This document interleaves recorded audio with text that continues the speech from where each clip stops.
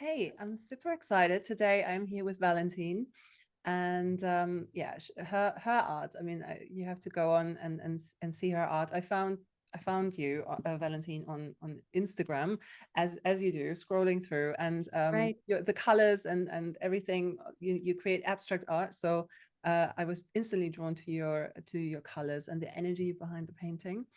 Yeah, just to share a little bit more about Valentine that I'm going to be interviewing today.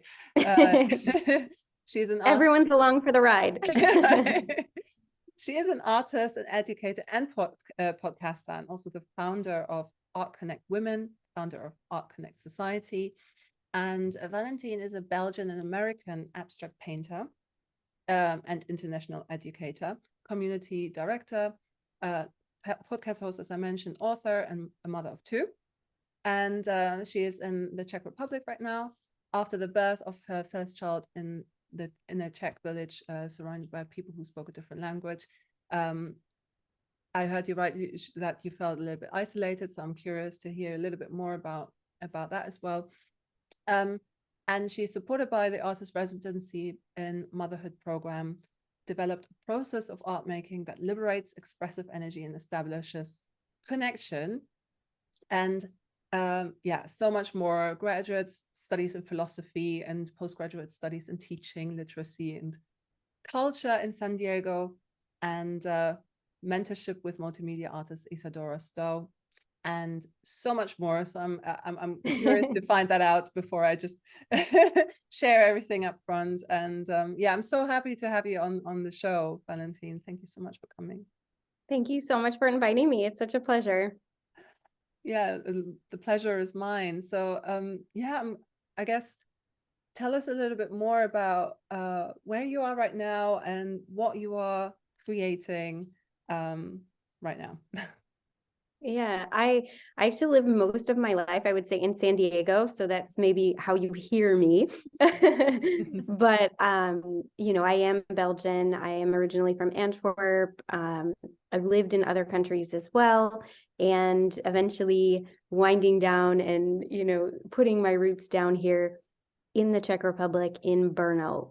It is a city that I couldn't even say the name of when I first came here because missing a few vowels for me in English, but it is a wonderful place. I'm really glad that I think it was meant to be. Of course, I think I was always kind of meant to come here. When I first decided that I would come to Brno, I had spoken with my best friend, and I remember we were walking in San Diego, we're walking around our neighborhood, and at that time she had her little one in the stroller, and we're going for a little walk. And I remember, and she remembers very clearly at my wedding as well, but I told her, there's something about this place. There's something pulling me to this place. And I said, I don't know why. I don't know anything about the Czech Republic. I don't know anything about the city. I can't even say the name of. I don't know what's going on there, but I have to go. And it makes no sense because it is so far from anywhere that I know. I will have no contact there. I don't know anyone in this place, but I have to go. And I came here and I met my husband. He was the first person I met. And, things just took shape from there. It was quite one of those, I would say it's a little bit esoteric, in nature, but at the same time, I'm pretty grounded. So for me, things just fell into place. I kept my space. I was like, okay, I feel like this is, going a little fast and this is making a lot of sense, but everything unfolded in the way it was meant to. So I came here. 1 year later, I had my son. So you can imagine the Czech language was quite a hurdle for me. We are outside of quite a nice, it's the second largest city in the Czech Republic. So it's not the tiny, tiny place, but where I live is just outside of that. It's only 15 minutes drive to the city, but it's still the outskirts. And so my daily life here is, walking around in these little tiny streets and meeting people who do not speak English, or at the time, this was almost 10 years ago now. So when I was walking around, I was, pretty new. and I really didn't know a soul, and the language was really hard for me.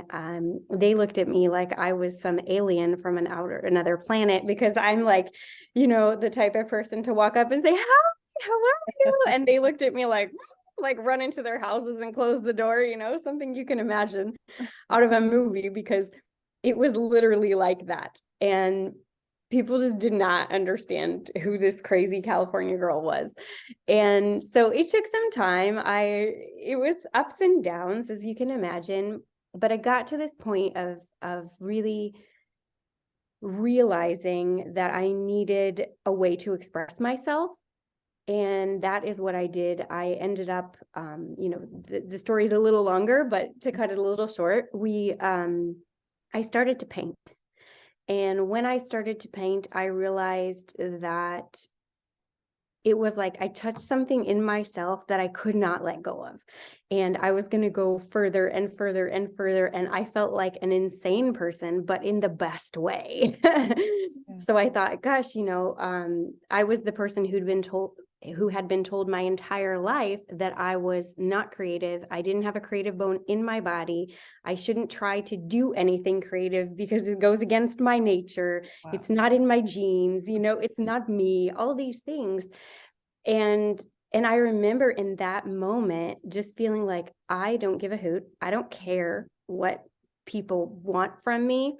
I need this. I want this. And this is what I am going to do. And every free moment, I remember, I was enjoying the time with my son, but every free moment I had, I was looking forward to so much, because it meant like, okay, I can paint. I have time. I'm going to do this. My son was sleeping, and right away, maximizing every millisecond to, the greatest extent possible. And that's really what I did. And it became this thing that kind of took a life of its own. We had one spare room here, and I was, that room became my studio almost instantly, because I was painting like crazy. I had so many paintings, and my husband also being a creative, and he's a musician. So we had a lot of his friends around and our neighbors, and they were constantly telling me like, well, at first I was terrified, to be honest. I was like, don't show them what I'm working on. Are you kidding me? Because it felt like I was naked, exposed. Everything was there. This was my soul on these canvases. And they kind of showed me that it was okay. One of his friends is a surrealist painter, local, a little bit of a local legend. And so when he came in, and coming from the side that he does, and him seeing something in me that was, worthy and valued, I was really shocked. And I was like, no, I don't want to show this. He's like, yeah, but you should have an exhibition here. Like, go show your work. You need to do this. And it just kind of, like I said, took on a life of its own. Then a neighbor came over and she bought a painting, and I was like, really? Like, you would like to buy this? And it was just a very personal experience for me. And it still is. Painting is very personal, and it's something that it's hard for me to show people the process, because it is so triggering for myself, because it brings up all that all that stuff, let's say, from my growing up and living life in a way that kind of went against what I felt in my bones. And so I don't know where I was headed, but pretty much it's just step by step. You get there and you realize this is what you're meant to do, and you're never going to stop. And that's pretty much how it all started. Then I started having exhibitions, and then I was kind of addicted to that process, because I was like, this is really fun. Because I'm very social. And so I get to put something together and bring people together. And I love to bring, people from all different parts of walks of life, styles, ideas together. So for me, that was just, I can bring all these people together, and this is going to be really fun. And at the same time, I started the community, which was at the time called Mama Create. And this was a group of women who were around me, who I were just so creative, and some studied fine art, some didn't, but it didn't matter. It wasn't this stuffy traditionalist kind of mentality. It was a very open, whether you followed some academic path or not, nobody cared. It was like, let's talk about what's important. Let's share. Let's be open. Let's support each other. Okay, you never learned this. Let me teach you that. Oh, but you can teach me this. Great. And it was this very natural way of women supporting each other. And the mama in Mama Create was kind of a joke, in a sense of like, it didn't mean mother. It wasn't just about mothers. It was about women getting together, that kind of like, hey mama, which isn't maybe doesn't have the best connotation, but still, it was between us. It was meaningful and powerful. And in that moment, it just symbolized the way we felt. And that has since grown. The platform is now the Women's Collective inside of the Art Connect Society. And we do just that. We keep that same ethos of openness and kindness and mutual respect. And we try to help each other grow. I'm someone who's always, when I meet someone, I'm always thinking like, oh, who should I introduce them to? Or who could they connect with? And so the connect part really made sense for me, because people, when I was younger, people used to always say, oh, you should be like some kind of events organizer and because I love to do that and I do it naturally. So that's kind of where it all started. And I'm sorry, I've rambled for like an hour. There's my journey in a nutshell. So no, it's amazing. It's amazing to hear it. And it feels very much like you really felt like such a intuitive clarity that you were following, and it just it brought you your husband and your babies, and now you have 2 children, and opened you up to the creative side within you. And the fact you mentioned that people told you you're not creative, it's to me is unreal. but it happens so often, doesn't it? So it's amazing that you went on that journey and all the things that you've done, and then almost like life has shown you, hey, look, you're an artist and do this. And that's fantastic. So thank you so much for sharing. It's nice to get to share that, because I think every time when you think it through, it's not that it's different, but you kind of come to terms with it differently, if that makes sense. So absolutely. Nice. There's a power of verbalizing it, for real. Yes. And so you talked about art being very much of a raw and vulnerable process. You said it in your words, and I'm kind of paraphrasing, I think. But it is it's very you're putting your soul into your work, and so it can trigger and so I can relate to that, and it's so true. It's like art is your soul that you're then sharing onto canvas. So I can feel how raw that must have been right at the beginning of that being a new experience, and then showing it to the world. But tell me a little bit more about that process, and like what's come up for you, if you want to share. Oh, yeah. Sharing the work is, as it's such an important part of the process, but it can be very challenging for different reasons, right? The process itself for me is not something that I don't know if I'll ever feel completely comfortable letting people into that part, because that part feels so sacred to me. And I'm okay with that. If that's what it needs to be, that's what it needs to be. And maybe it will evolve, but I'm open to seeing what happens there and letting it be as it needs to be. I keep looking at this. I brought this with me today. I was sharing about it, but this is something from my incredibly beautiful friend, Andrea Eretz. Yeah. She is an amazing artist based out of Prague. And now we are having an exhibition in Prague in September together. It's called Dudes and Barbies Gallery in Vnitro Blok, if anyone's near Prague. But she's just this beautiful light of a person. And when I think about even I was in her workshop this week. So I came there to spend time with her. She said, why don't you come along to this workshop I'm having? And I said, definitely, that sounds amazing. So I showed up. And when we think about the way we create space for ourselves and others, she is an absolute genius when it comes to this. But not because it's something she like tries or molds. It's just who she is. And she is just one of the most open and inviting people that I've ever met. And if you think about creating in a workshop setting, right?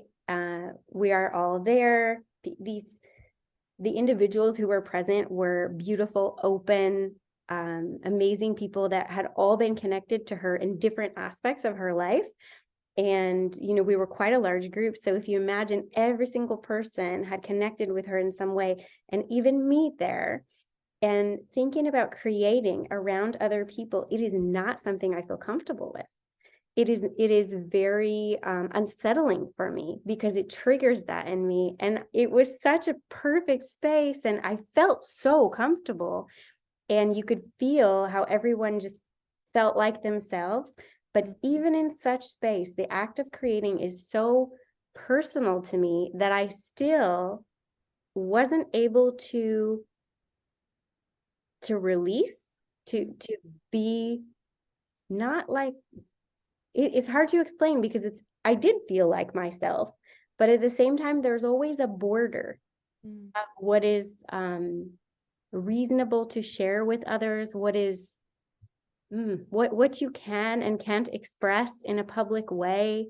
Oh, how will I be judged for this or that movement? And it's such a, I don't know, I take it as a really good lesson and example of how far I've come, because the emotional and the physical myself in that moment felt great. But even still, in such beautiful situation, I still feel that border, that boundary. So, and she wrote here, it was calligraphy oriented and meditation. And she wrote here, you are light, more here. And there's this kind of, cyclical little idea here. And that idea of going to your center, I'm very good at, seeing everyone else, but sometimes seeing myself is the hardest part. And I think that's where the creativity happens, right? Is within, and going back to our core and really just trusting and tapping into that. And whether that's something that you have to do in a closed space by yourself, or whether you're able to share that, live it the way that you are meant, because I can only speak for myself, of course, but that's how I feel it.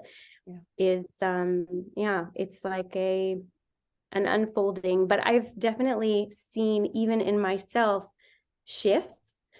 And that still means a closed door, but at the same time, it's it's a movement and an acceptance within yourself. And I do hope that that's expressed. My paintings, as you mentioned, are very vivid, colorful expressions. It's these uplifting moments, I would say. And I'm very concerned with safe spaces, both for myself and for others. So the fact that people can look at my paintings and recognize that, and recognize there's always a moment of imperfection. There's always pieces which are, from some technical point of view, a problem. But for me, that's just when I say, it's done, it's there, because it's the truth, is present of me, because I'm not a perfect anything, and I'm just myself. And so when I can feel myself in that piece, then it feels complete. If that makes sense.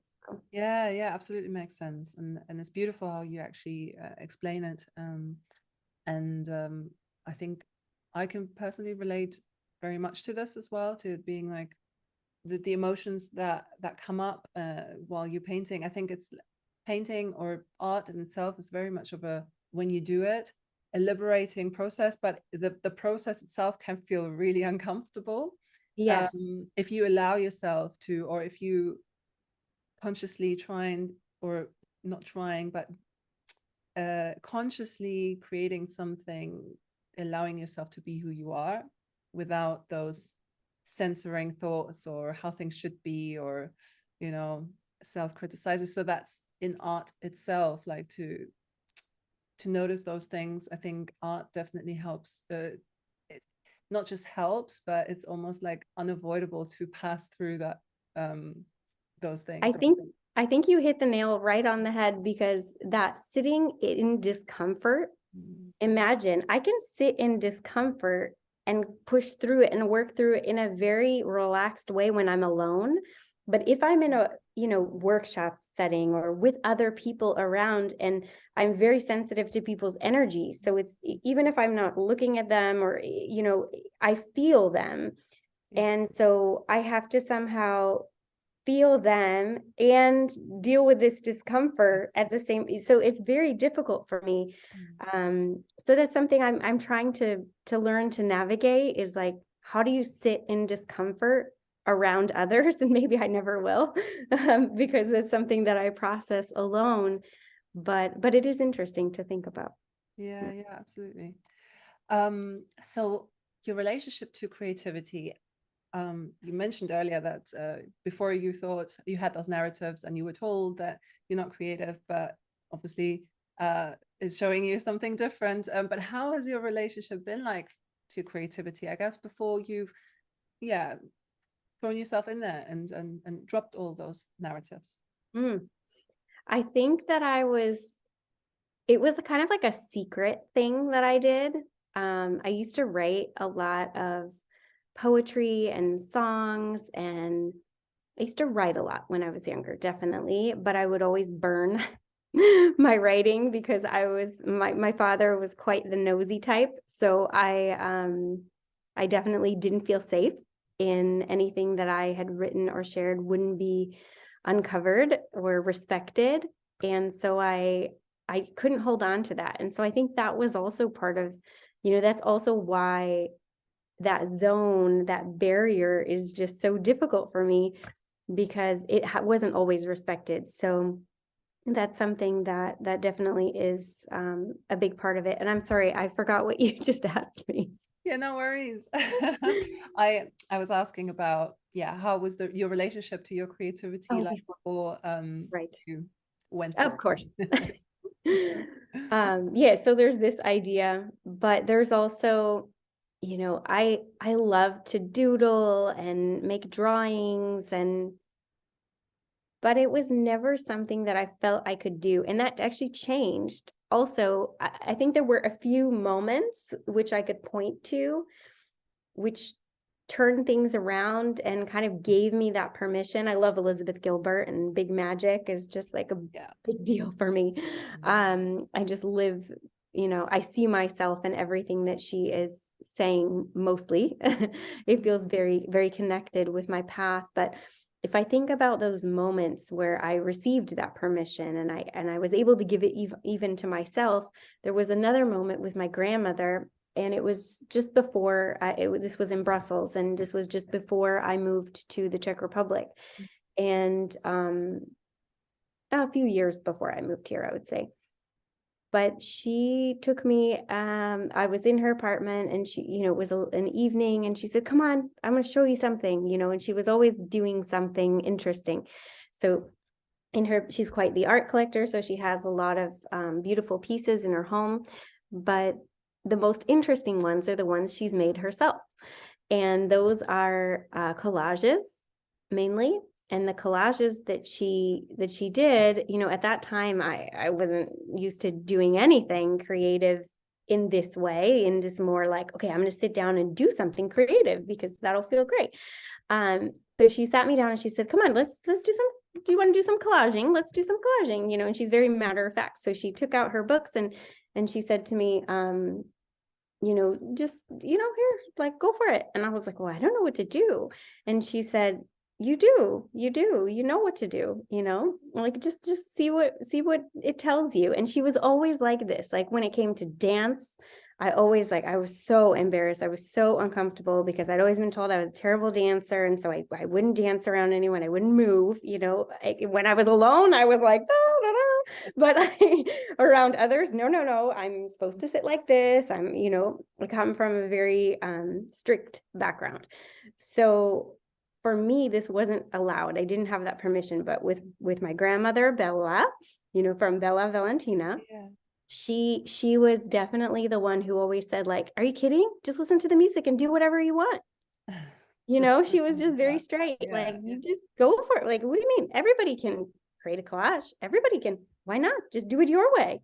It's not and it was that idea of like, there are no rules. You just have to listen to yourself. Yeah. That's the rule.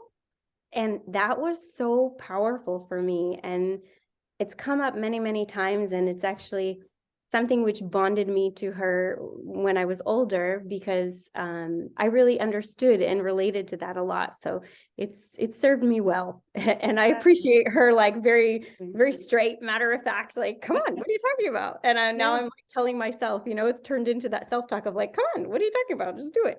Yeah, no, wonderful. I mean, that's amazing that she was, I guess, like, bringing that to you, that the energy of, why not do it? It's almost like dropping all those like thoughts that, oh, I can't do this or I can't do that, and just doing it. And that's the energy of creativity, right? To kind of just flow with it.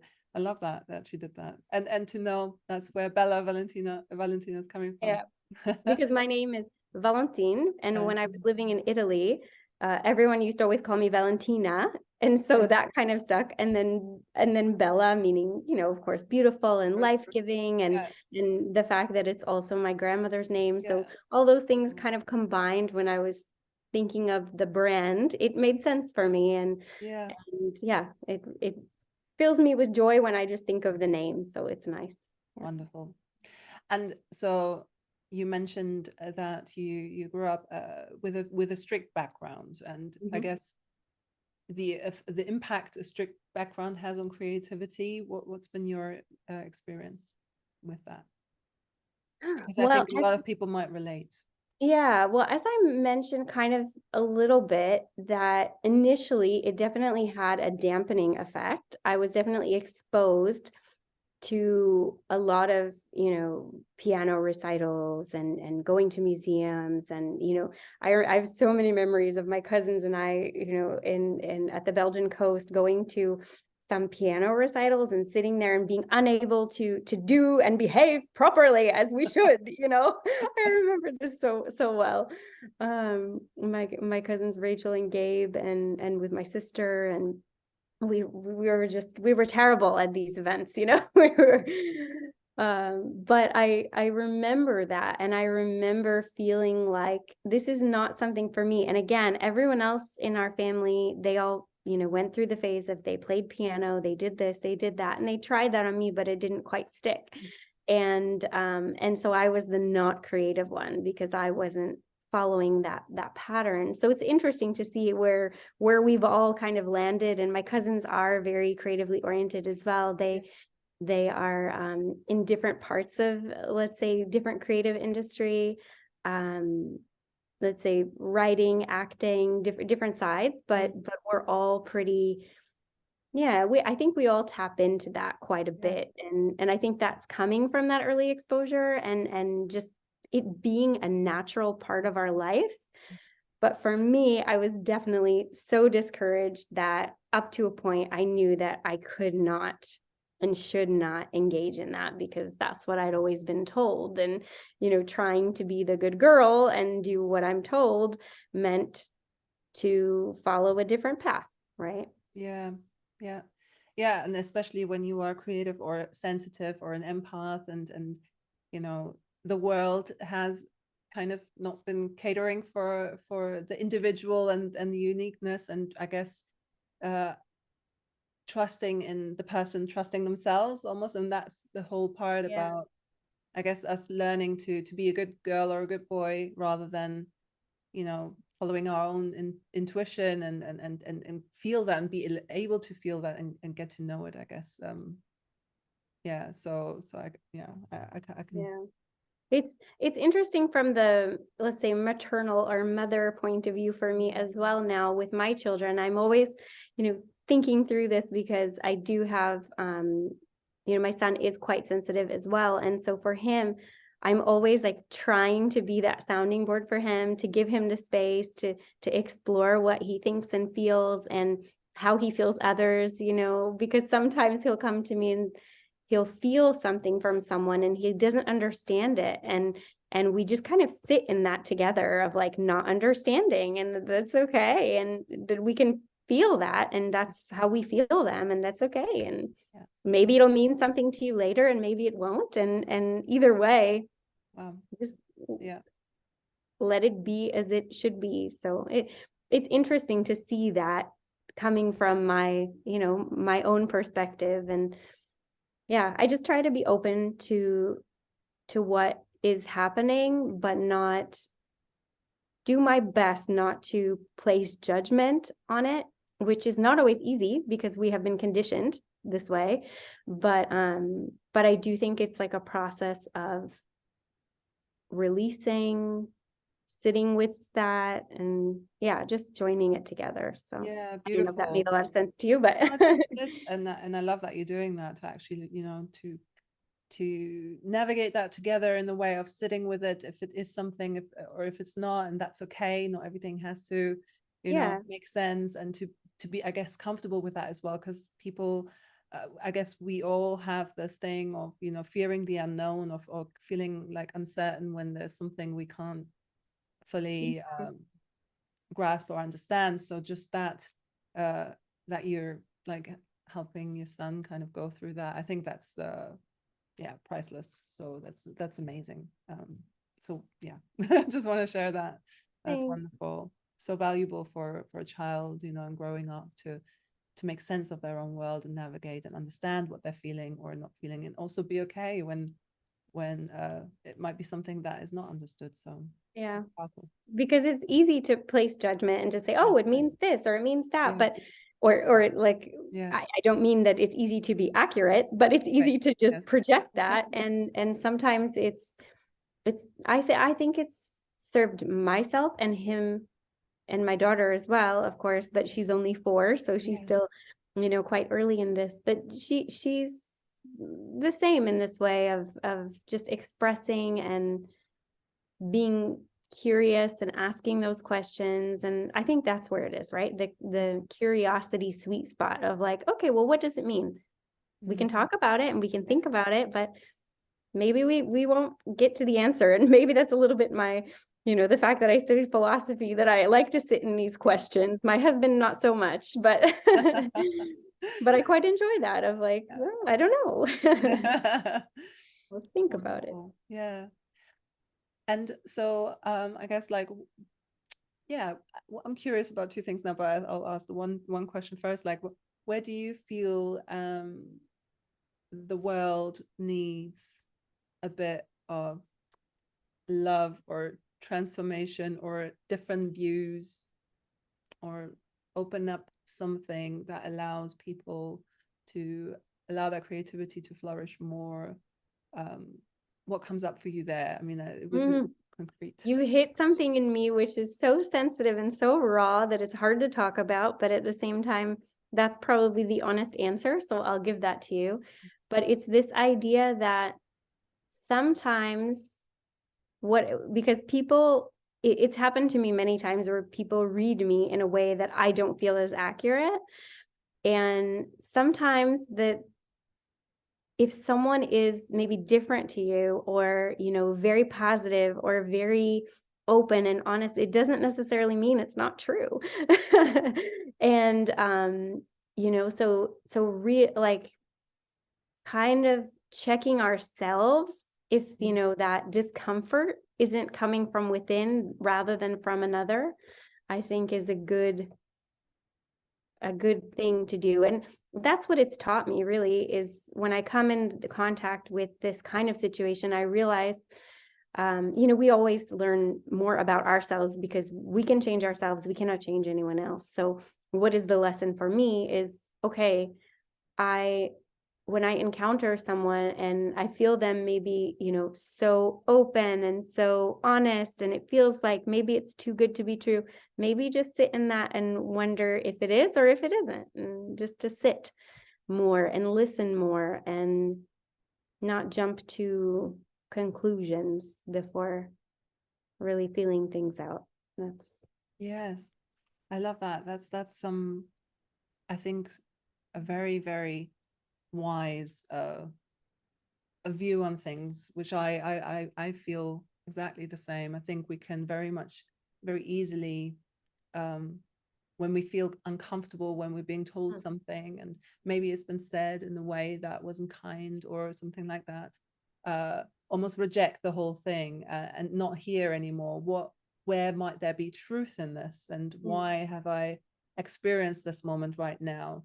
Because I also feel that it's better to, and not just better, but that we have to take some responsibility for our experiences, and I always try to still see where there might be a lesson or some information in what I've been told, even if it hasn't been said the right way. And I think that's how we transform, right? So I love that you mentioned that, because that's a crucial point. Very important, actually. Yeah. Thank you. Yeah, thanks for asking. And so just to kind of slowly bring it to a close, I could continue talking for a long time. And every conversation can bring up different questions, so I could have gone many different avenues, but what's your vision for your art, and any new projects or anything that you're doing right now that people should be aware of? Vision for my art. I've actually started to recognize how it serves me more clearly, in a way that, of course, we always know more or less how it's serving us, but the depth and the layers, and it takes some time, and it's always changing and evolving. So to be open to that lesson as well, I think for each of us is important, as I think of myself. But I recognize that there is such a healing aspect to it. And I don't mean that I create healing pieces, but the openness and that kind of positivity in the work. I do recognize that how to say, there are spaces in which this would live and serve people that are not just myself. And so I'm trying to reach out to those types of spaces, whether it be hospitals or, just the additional spaces where you really feel like the work serves its purpose. And so I'm trying to get a little bit more clarity around that and find those connections and make sure it ends up where it should. So yeah, I think that's a big part. And in terms of, projects, and I am working on so many projects that it's really hard to narrow it down sometimes. But with the Art Connect Society, I'm always kind of having some publications in mind. So right now I'm narrowing down some new ideas. I have just recently released our zine, which is, it's called Zine for Freedom Seekers. It's available on our website at artconnectsociety.com. And it is really taking the voices of the people in our community and saying, how are you seeking freedom in the here and now? Because it is such an important part of any creative's process, and those little micro steps and micro thoughts, if you will, and trying to share that within the community of like, what is it that we are doing? Those little tiny moments, those little kernels, right? And how can we share them? So I've compiled them into this, very easy to digest zine. It's available for €2 to download, and it's a charity project actually with the Rosa Centrum Progeny, which is like it's a women's organization that supports women who are in need of, whether it be shelter or sorry, I'm losing my words here, but to navigate the system in terms of getting out of abusive relationships. So that could be, you can imagine all the things that could be needed. And so we are supporting that organization with the proceeds from this publication. It's €2. So I wanted, I always think of who I'm trying to serve, whether it be within myself or others.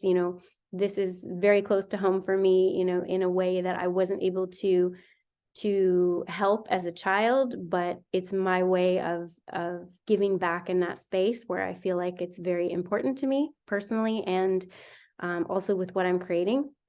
So I'm always like looking for these relationships and partnerships that connect with the vision. I have some retreats planned for the summer and beyond with Andrea, who I mentioned, this Prague-based artist, and there are some other retreats as well. We trying to think what else is on the horizon. Our podcast, the Art Sisters podcast, where I'm interviewing my sisters in art, and also sometimes with my art sister Christy, who is 20 years younger than I am. And so it's interesting to hear that perspective, that spans different generations. And it's interesting because she's getting off, the ground now, or let's say digging into the ground, setting her roots and trying to understand that process from the early age. She's a singer and songwriter. And then, from my age and my perspective, 20 years later, and, as a painter, as an abstract artist, and, community organizer from that perspective. So it's nice to have those conversations and sometimes to hear that young voice and those very different ideas on what is happening. So we have some projects. We have an opening on Tuesday here locally. It is called That Fresh Feeling. It's my exhibition here in Café Atelier, and Christy will be singing, and it will be it's a beautiful creative space. And I'm really looking forward to sharing that time. As I mentioned, I love to get people together and hopefully have some nice conversation and get to connect. So I'm looking forward to that. But there's lots of things which I'm probably not thinking of right now, but those are just a few. Yeah, fantastic. Well, I encourage everyone to check all those things out that you shared in the podcast, and your community and everything that you have shared. So and I want to thank you so much for this awesome talk. I'm very grateful for your vulnerability and for everything that you shared. It's been truly wonderful. And I guess everyone can find the links underneath this podcast as well. And thank you. You made it really easy, and it was such a pleasure talking to you and getting to know you a little bit before the recording and now as well. And I hope we will connect many more times. And definitely. No, I would look forward to that. So thank you so much.